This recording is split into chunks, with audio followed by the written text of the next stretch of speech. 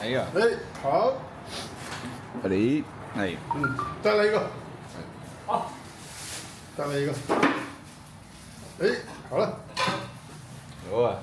Bem-vindo ao Tom Fala das Coisas, o canal onde eu falo das coisas. Nesse vídeo vamos falar pela terceira vez sobre a viagem que eu fiz para a China. E eu, infelizmente, estou gravando esse vídeo pela segunda vez. Primeira vez que eu gravei, mais uma vez, porque acontece isso com uma certa frequência aqui, não foi capturado o áudio junto. Tô até conferindo aqui, tá? O áudio tá aqui sim dessa vez. Tem um lado bom que eu acho que é, já que eu já falei uma vez tudo o que eu queria falar sobre o tema do vídeo, dessa vez as coisas estão um pouco mais frescas na memória. Neste vídeo vamos falar de Chengdu, a terceira ou quarta, depende do seu ponto de vista, cidade da China que eu visitei durante essa minha viagem de outubro de 2025 até meio de novembro de 2025 também, claro. Não vou ficar um ano na China.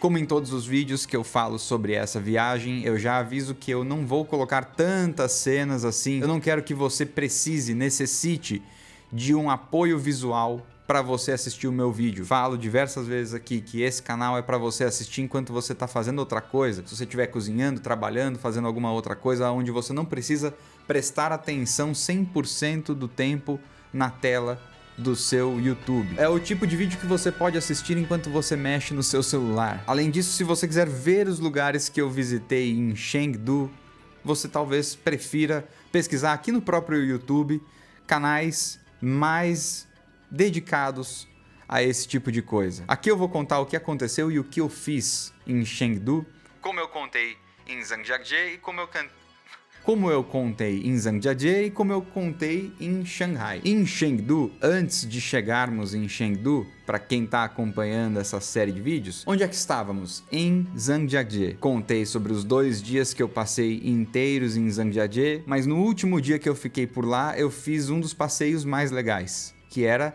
Tianmen Mountain. É um lugar, uma montanha com um buraco no centro da montanha e tem uma puta de uma escadaria que pouquíssimo tempo depois que eu estive visitando, alguém fez uma ação com um carro, não sei se era um carro elétrico, não sei, mas era carro daqueles tipo GWM, meio Jeep, aonde ele subiu toda aquela escadaria com o carro e acabou não conseguindo, quebrou um pouco do corrimão.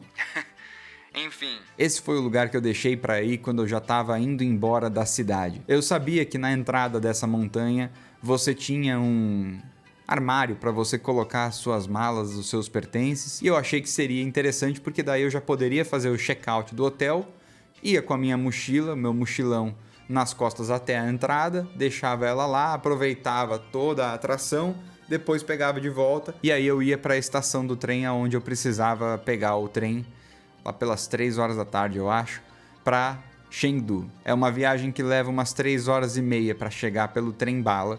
Então, em Chengdu, eu já cheguei quando era noite, ainda mais no inverno, que escurece um pouco mais cedo. Quando eu fiz o check-out, aconteceu uma daquelas coincidências que só acontece em uma viagem que você não consegue acreditar. Eu tava lá e você reconhece pessoas que não são chinesas, né? Ou seja, você reconhece estrangeiros quando você tá num país asiático.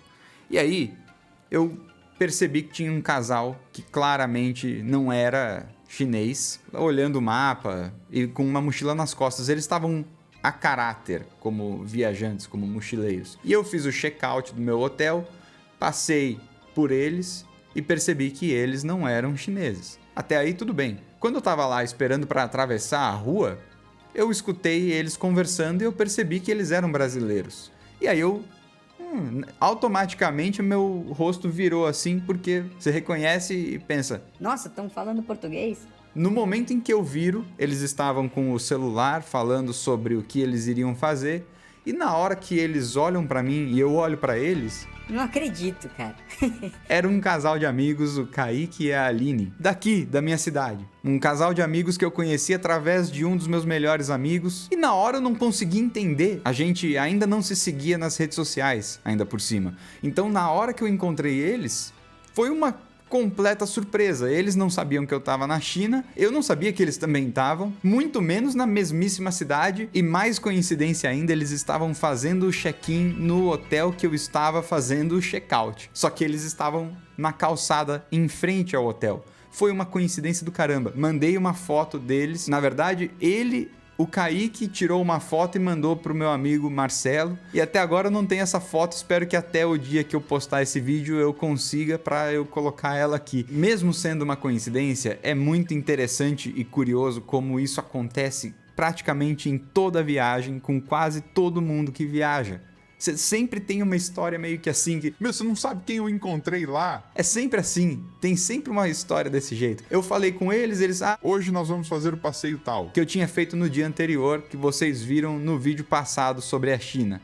E eu falei... eu vou fazer esse passeio aqui hoje. Esse foi o passeio que nós fizemos ontem. Eu dei muita sorte nesse último dia, que fez o melhor tempo nos 3 dias que eu tava lá. Porque neste dia, esse passeio era muito mais alto. E como já era uma época de frio, o solzão acabou aquecendo um pouco e foi muito melhor. E o tempo abriu. Então, cara, você sobe nessa Tianmen Mountain, você sobe mais uma vez com um teleférico. Você paga também para entrar nessa montanha quase o mesmo tanto que eu paguei para entrar no Parque Nacional. A diferença é que nesta montanha o seu ingresso vale uma única vez, enquanto para o parque valia 4 dias. Ou seja, o parque é muito mais barato. Mas essa montanha, ela é deslumbrante. Eu gostei mais do passeio da montanha do que do passeio do parque. I actually wanna go to the haunted house more than I wanna go to Aqua. Uma puta referência nada a ver do I Think You Should Leave,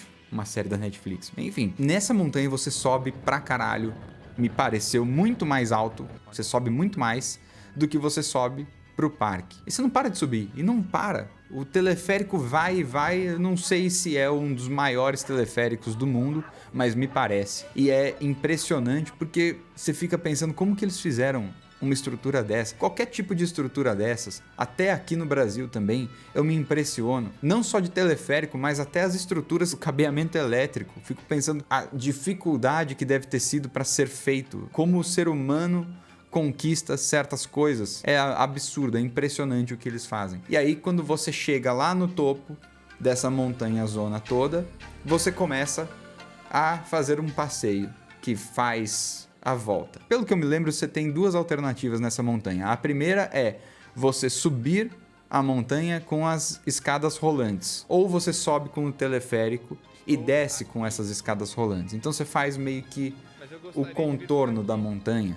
o que também facilita com a sinalização. Não era tão boa assim como poderia ser, mas era infinitamente melhor que a sinalização do parque. Quem viu o perrengue que eu passei lá com a sinalização do parque nos dias anteriores entende o quanto eu prezo por uma boa sinalização. Mas enfim, é um lugar muito bacana para passear. Quem tem um pouco de medo de altura talvez não goste tanto, porque você está no topo de um desfiladeiro, basicamente. No início, você passa por uns lugares onde dá aquela sensação de que talvez você caia, aquela vertigem. É isso, né? E além disso tudo, tem um trecho que você pode ou não escolher para ir, mas é aquele trecho com o chão de vidro. Você tem que colocar uma meiazinha no seu tênis, pagar 5 yuan, que convertidos é mais ou menos uns 5 reais, um pouco menos, e andar por um trecho nesse chão de vidro. O chão de vidro é um lugar que não dá tanto medo quanto alguns outros lugares que não tem chão de vidro e que você é meio que obrigado a passar, que dá aquela sensação mais aberta. A parte do vidro não te dá essa sensação tão aberta. Ele é todo forrado de vidro numa parte do penhasco que é menos íngreme. Então você tá olhando basicamente o chão, você não fica olhando o abismo. E dá aquela sensação que se por acaso quebrasse o vidro, não vai, mas se por acaso quebrasse o vidro, você cairia e daria um rola. E não aconteceria muito com você como a morte certa, né? Se você cair de um desfiladeiro. Mas esse é um lugar muito interessante para você visitar. Recomendo muito. É muito, muito bonito. O que é curioso é que no topo da montanha do Parque Nacional que eu tinha visitado nos dias anteriores, tinha um McDonald's, como eu falei. Nesse daqui tem um Burger King.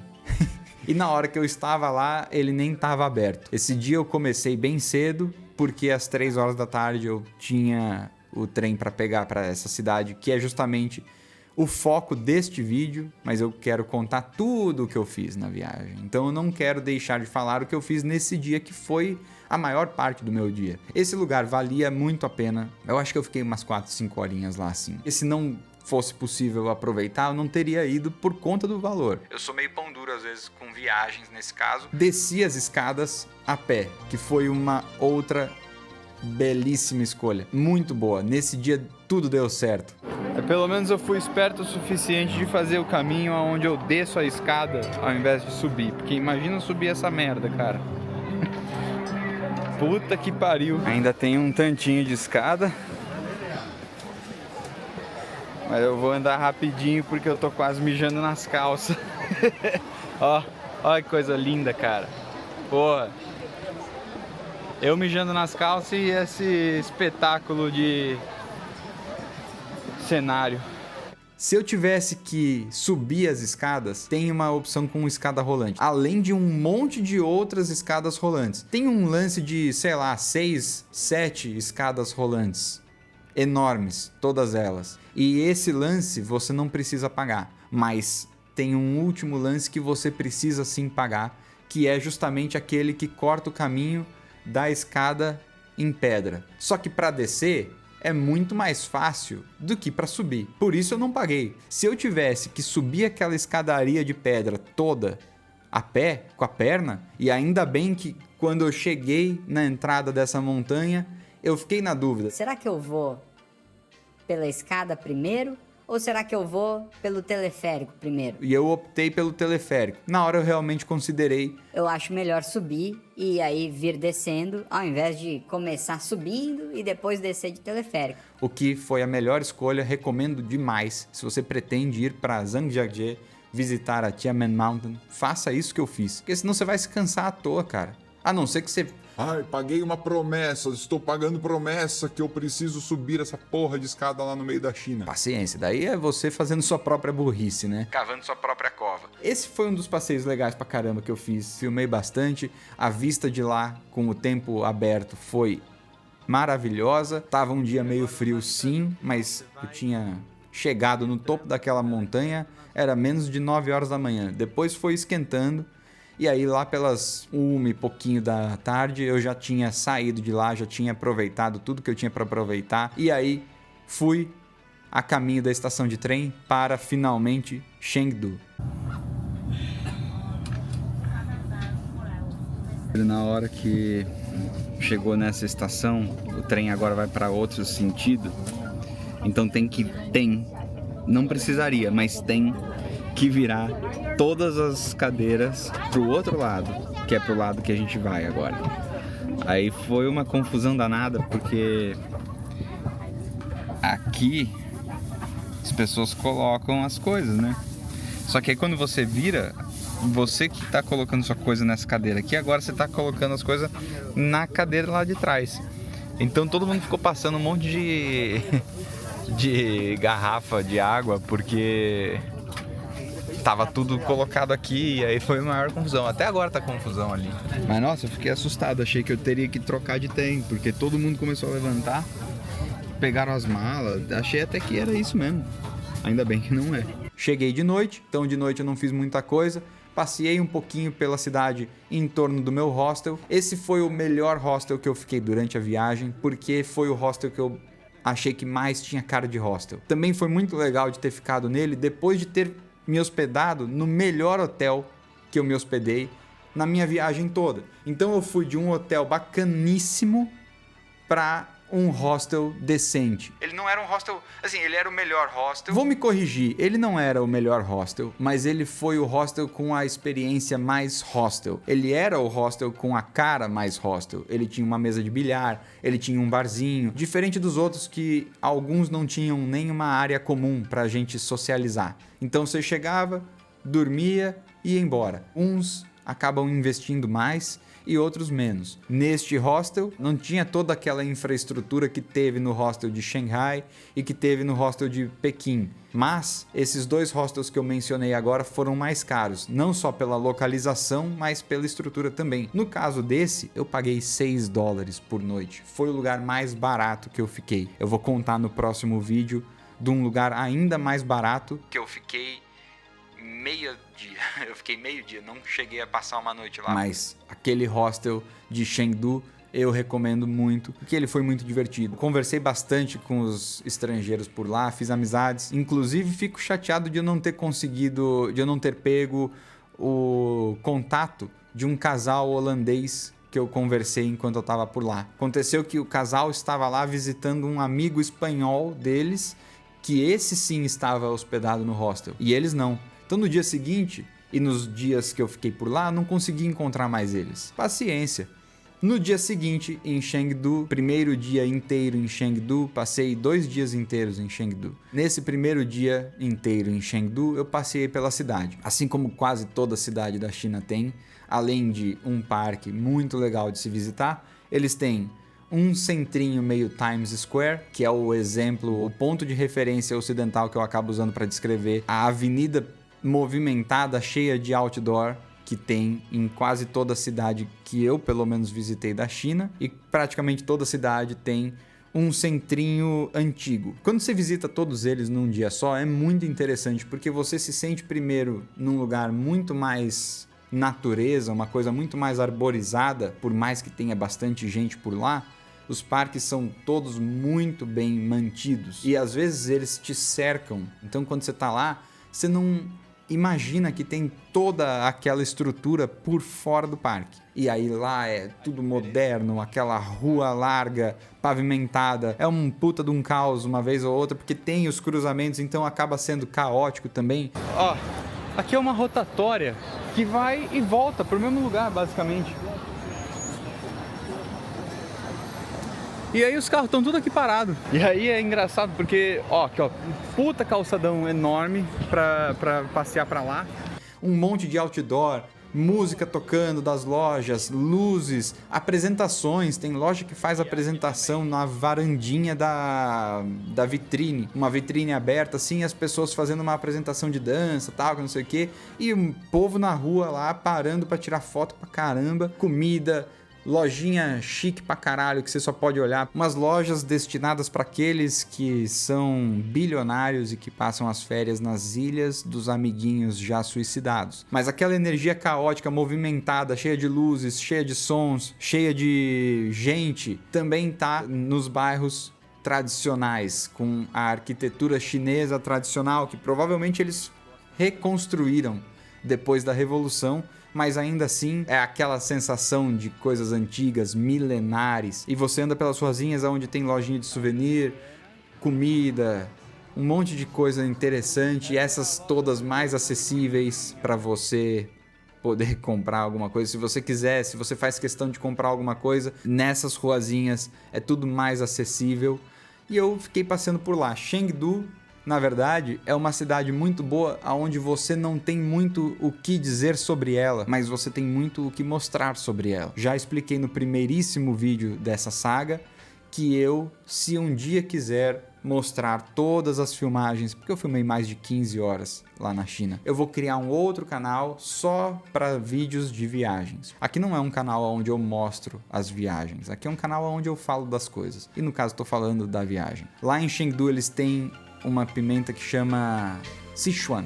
É o Sichuan Pepper. Ela dá um formigamento na boca, assim como o jambu, só que ela é uma pimenta também. Eu jantei, claro, um prato que tinha a Sichuan Pepper, e aí eu experimentei. Só que além da Sichuan Pepper tinha diversos temperos, tinha a comida toda, então o gosto não era só da Sichuan Pepper. No dia seguinte, no segundo dia em Chengdu, antes de eu começar falando sobre ele todo, vou só falar sobre fazer esse parênteses da pimenta. Eu fui numa feirinha que tinha ao lado do meu hostel, e aí eu, olhando tudo que tinha por lá, vi essa pimenta Sichuan. Aqui no Mercado Livre você encontra importada se você quiser. A pimentinha é uma bolinha verde ou vermelha.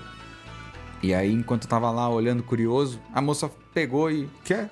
Pode experimentar, tal. Pega um pouquinho aí. E naquela hora, a ardência da pimenta você nem sente, porque também não é uma pimenta tão forte. Mas a sensação de formigamento que acontece junto do jambu, você imagina um jambu 3 vezes mais forte, 5 vezes mais forte. Se você pegar uma florzinha de jambu e mastigar ela, você vai praticamente salivar todo, porque ela dá essa sensação de formigamento na boca, adormece a boca, né? Faz tremer a sua boca. A pimenta faz esse mesmo efeito, só que multiplicado, porque eu achei muito mais forte. Então na hora eu tava segurando a saliva na boca assim, porque parecia que eu ia babar. Era muito engraçado, cara. Um detalhe sobre Chengdu, que contando o segundo dia vai fazer mais sentido, claro. Chengdu é a cidade onde tem o Santuário dos Pandas. O maior santuário de preservação dos ursos panda está localizado em Chengdu, na China. Eu fui para Chengdu pensando nisso também. Primeiro por conta da pimenta, a culinária local disseram que valia muito a pena conhecer. Eu acabei fazendo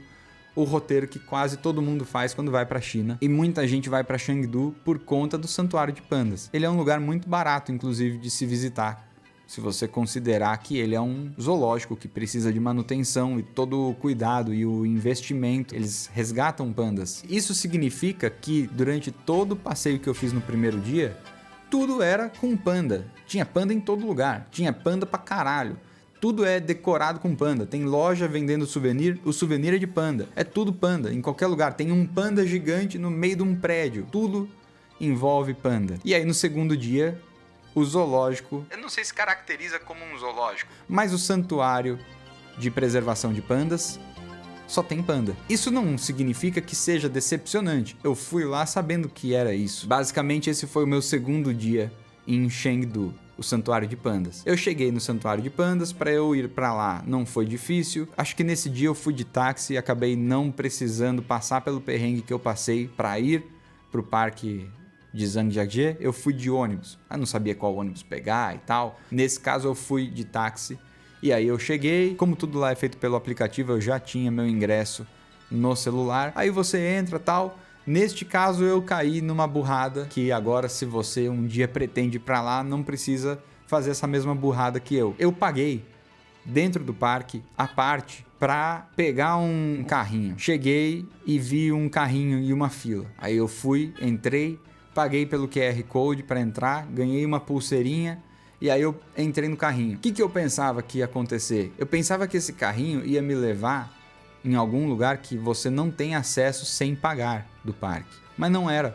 Eu estava pagando pelo uso do carrinho. E esse carrinho, basicamente, anda pelo parque e vai te deixando nos pontos do parque que eu poderia acessar a pé. Então eu não precisava ter pago. Valeu a pena no meu caso? É difícil dizer. Por quê? Depois que eu percebi que aquele carrinho ia ficar dando voltas, basicamente, eu parei em algum lugar do parque. E foi justo o lugar que tinha os filhotinhos de panda. E aí eu consegui ver os filhotes de panda. Diferente, por exemplo, do casal de irlandeses que estava no meu hostel e que eu acabei encontrando por acaso nesse santuário. E aí eu conversando com eles, Pô, onde você viu esses filhotes de panda? Pô, cara, é pra lá. Vamos lá, vamos voltar. E quando a gente voltou, os filhotes de panda já não estavam mais lá. Eles tinham sido recolhidos. Eles não ficam o tempo inteiro expostos lá. Se você quiser saber nesse lugar aonde estão os filhotinhos de panda, basta você ver aonde está todo mundo. Que é o que mais querem ver mesmo. Eu também.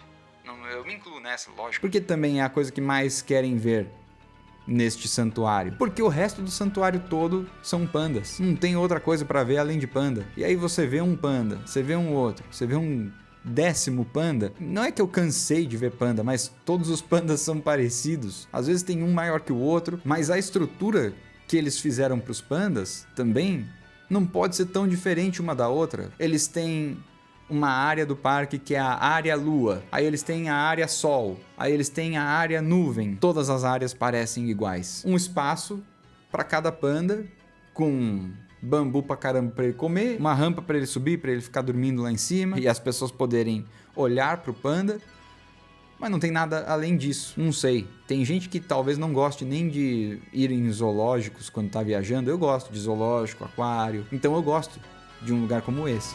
E eu gosto de panda, mas em algum momento você se cansa. Além de pandas, eles têm também os pandas vermelhos. Parece uma raposinha. Esse é legal também e esse é divertido de ver. Tem um espaço do panda vermelho que você entra e ele fica mais ou menos livre ali, naquele espaço todo. Quase como se fossem macacos, como foi no Parque Nacional lá de Zhangjiajie, onde eles transitam pelo caminho que você vai fazer. Nesse lugar eu só vi um único panda vermelho e ele estava dormindo em cima de uma árvore.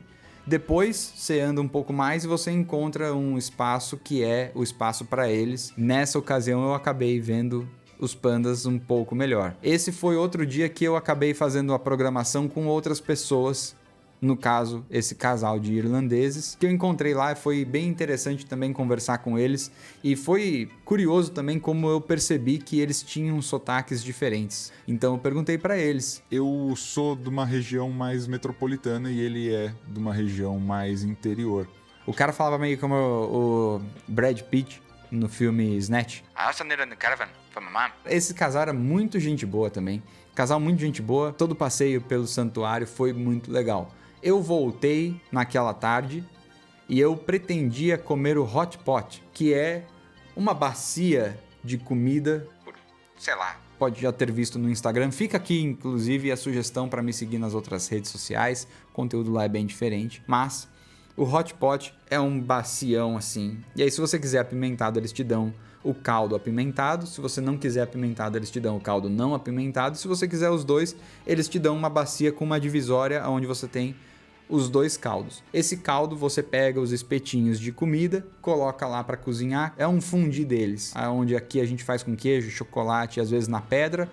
Lá eles têm esse caldeirão, é o hot pot. Para você comer o hot pot, só dá para você comer com mais de uma pessoa, senão vai sobrar muita comida. Eles têm muito disso. Tem muitos pratos chineses que eles são feitos com o intuito de você dividir. Eles têm esse lance da comunidade, né? Então, nesse caso, é algo comunitário, é uma coisa comunitária. E eu lá sozinho, viajante solo, fiquei meio que... Puta, como que eu vou provar o hot pot se eu não conheço ninguém? Eu faço amizade com a galera nos hostels e tal, mas é difícil, às vezes, você conciliar a sua programação com a de outro para que você faça esse tipo de coisa. Apesar que acontece por acaso pra caralho, né? De você encontrar uma pessoa no mesmo lugar que você pretendia ir.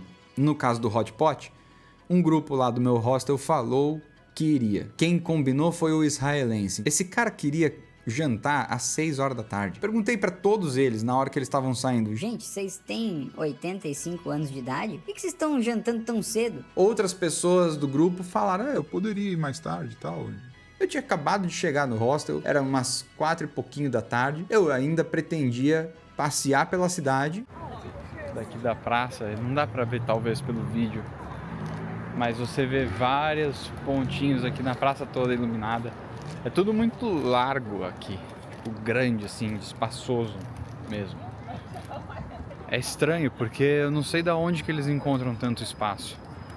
Os quarteirões são grandes, as praças são grandes. Faz parecer até que tá tudo meio vazio, apesar de ter 1 bilhão de pessoas aqui.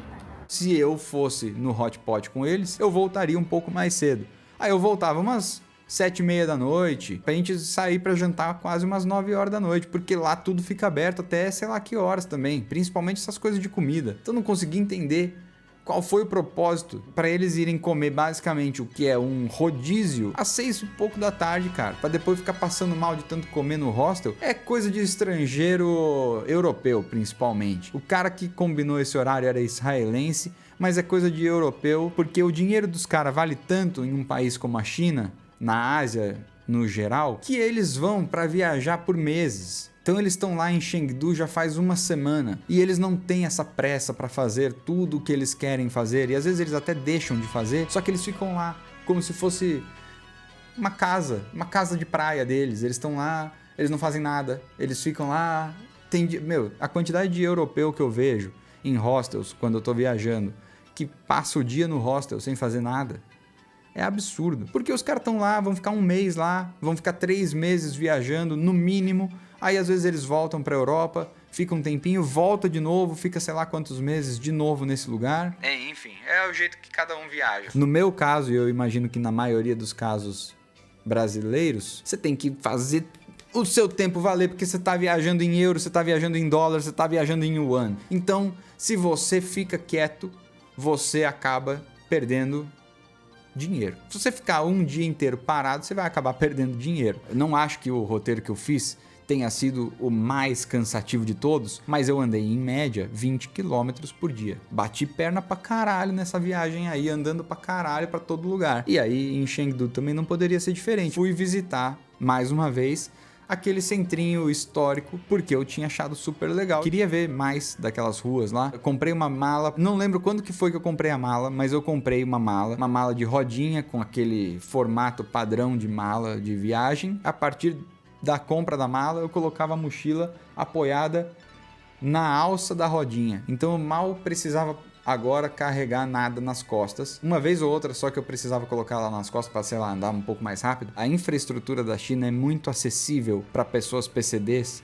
porque tem rampa, tem calçadas largas, não tem buraco, não tem nada para você tropeçar. Eu pensei, Pô, eu vou comprar uma mala, porque daí eu sei que essa mala eu consigo arrastar. tem lugares que você não consegue viajar com uma mala dessa, porque você precisa subir e descer várias escadas, morros e etc. A China não, a China é quase inteira plana, com uma estrutura muito bem feita. Nesse caso, a mala, inclusive, contribuiu para a minha experiência, porque aí eu não precisei mais ficar com a minha mochila pesando nas minhas costas. Chengdu não teve tanto além disso, foram só 2 dias de viagem em Chengdu. No terceiro dia, eu acordei bem cedo e já fui para Xi'an. O que eu fiz em Xi'an fica para o próximo vídeo. Ainda vamos ter mais alguns vídeos falando sobre essa viagem. Esse é o terceiro, vai ter o quarto, vai ter o quinto, talvez tenha o sexto. E eu espero que você tenha gostado desse vídeo. Espero que você, se chegou aqui por conta do seu algoritmo do YouTube, confira meus outros vídeos. Aqui eu falo sobre absolutamente qualquer assunto possível. Esse canal que há pouco tempo completou 1 ano e que desde o início, toda sexta-feira às 2 horas da tarde, posta vídeo novo por aqui. Então eu espero vocês na próxima semana. Se inscreva principalmente, porque isso me ajuda imensamente. E até a próxima.